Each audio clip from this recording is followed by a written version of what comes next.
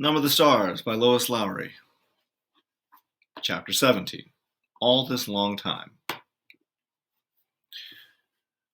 The war would end. Uncle Henrik had said that, and it was true. The war ended almost 2 long years later. Anne-Marie was 12. Church bells rang all over Copenhagen early that May evening. The Danish flag was raised everywhere. People stood in the streets and wept as they sang the national anthem of Denmark. Anne-Marie stood on the balcony of the apartment with her parents and sister and watched.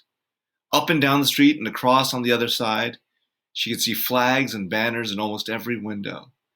She knew that many of those apartments were empty. For nearly 2 years now, neighbors had tended the plants and dusted the furniture and polished the candlesticks for the Jews who had fled. Her mother had done so for the Rosens. "It's what friends do," Mama had said. Now neighbors had entered each unoccupied waiting apartment, opened a window, and hung a symbol of freedom there. This evening, Mrs. Johansson's face was wet with tears. Kirsty, waving a small flag, sang. Her blue eyes were bright. Even Kirsty was growing up. No longer was she a light-hearted chatterbox of a child. Now she was taller, more serious, and very thin. She looked like the pictures of Lisa at 7 in the old album.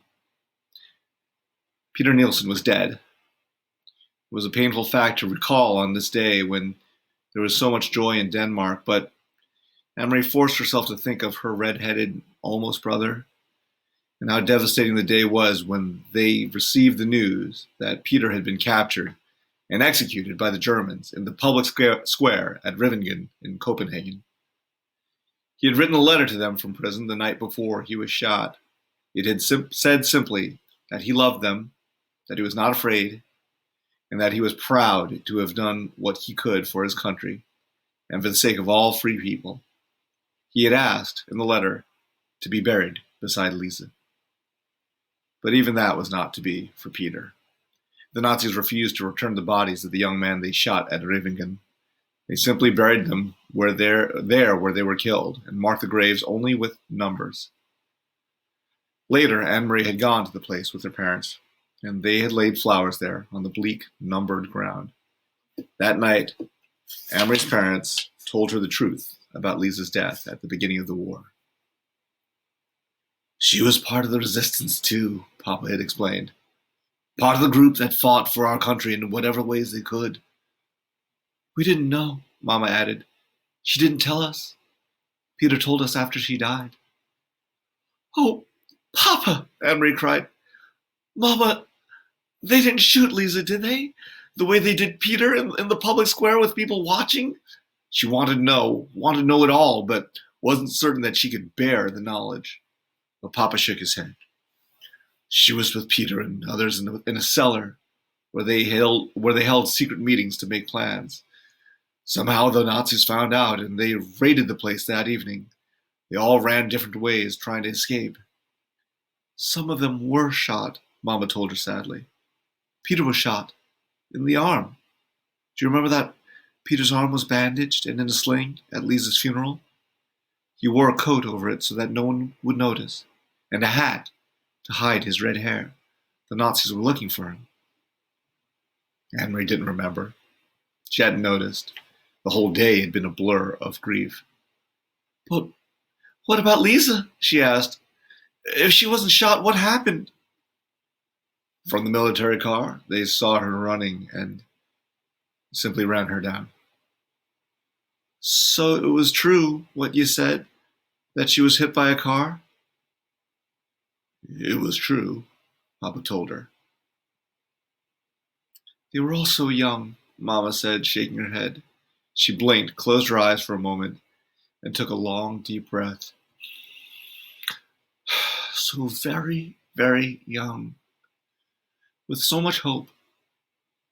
Now, remembering Lisa, Anne-Marie looked from the balcony down into the street. She saw that below, amid the music, singing, and the sound of the church bells, people were dancing. It brought back another memory, the memory of Lisa, so long ago, wearing the yellow dress, dancing with Peter on the night that they had announced their engagement. She turned and went to her bedroom, where the blue trunk still stood in the corner, as it had all these years.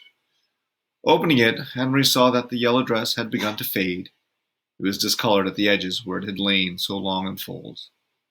Carefully, she spread open the skirt of the dress and found the place where Ellen's necklace lay hidden in the pocket. The little Star of David still gleamed gold. "Papa," she said, returning to the balcony where her father was standing with the others, watching the rejoicing crowd. She opened her hand and showed him the necklace. "Can you fix this? I've kept it all this long time. It was Ellen's." Her father took it from her and examined the broken clasp. "Yes," he said, "I can fix it. When the Rosens come home, you can give it back to Ellen." "Until then," Anne-Marie told him, "I'll wear it myself." Afterword. How much of Anne-Marie's story is true? I know I will be asked that. Let me try to tell you here where fact ends and fiction begins. Anne-Marie Johansson is a child of my imagination, though she grew there from the stories told to me by my friend Anneliese Platt, to whom this book is dedicated, who was herself a child in Copenhagen during the long years of the German occupation.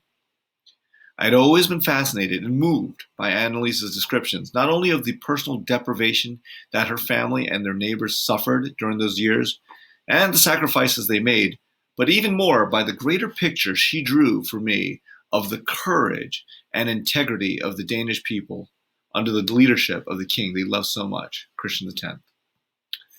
So I created little Anne-Marie and her family, set them down in a Copenhagen apartment on a street where I've walked myself, and imagined their life there against the real events of 1943.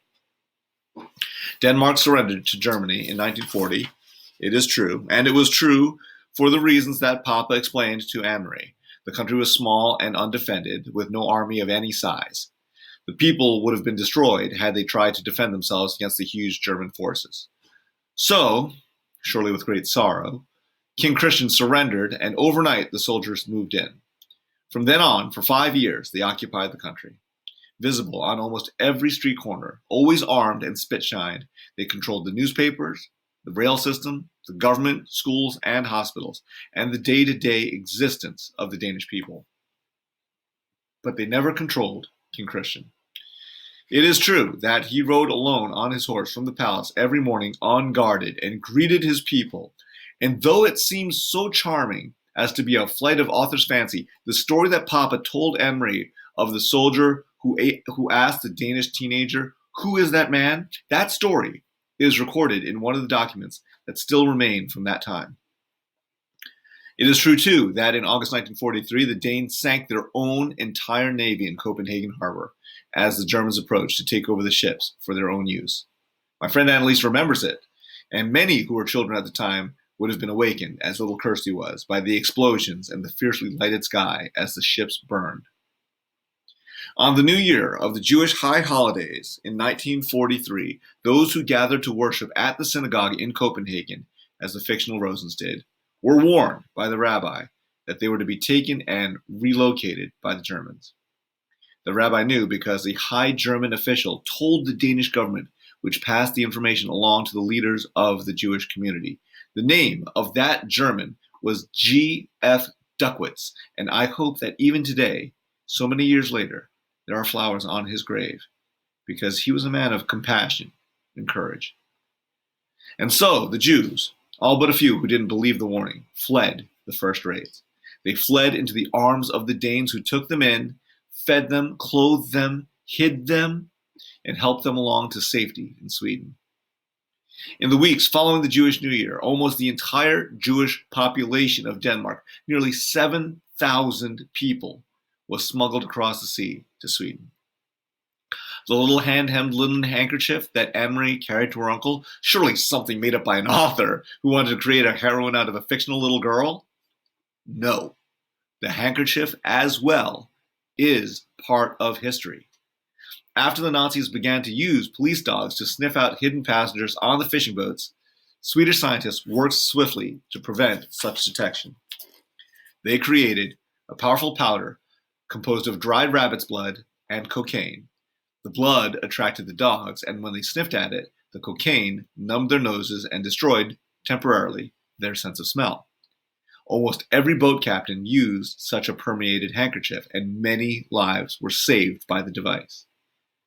The secret operations that saved the Jews were orchestrated by the Danish resistance, which, like all resistance movements, was composed mainly of the very young and very brave. Peter Nielsen, though he is fictional, represents those courageous and idealistic young people, so many of whom died at the hands of the enemy. In reading of the resistance leaders in Denmark, I came across an account of a young man named Kim Maltebrun, who was eventually captured and executed by the Nazis when he was only 21 years old. I read his story, as I had read many others, turning the pages, skimming here and there, this sabotage, that tactic, this capture, that escape. After a while, even courage becomes routine to the reader. Then, quite unprepared, I turned the page and faced a photograph of Kim Maltebrun. He wore a turtleneck sweater, and his thick, light hair was windblown. His eyes looked out at me, unwavering on the page. Seeing him there, so terribly young, broke my heart. But seeing the quiet determination in his boyish eyes made me determined, too, to tell his story, and that of all the Danish people who shared his dreams. So, I would like to end this with a paragraph written by that young man in a letter to his mother the night before he was put to death. And I want you all to remember that you must not dream yourselves back to the times before the war, but the dream for you all, young and old, must be to create an ideal of human decency and not a narrow-minded and prejudiced one. That is the great gift our country hungers for, something every little peasant boy can look forward to and with pleasure feel he is part of, something he can work and fight for.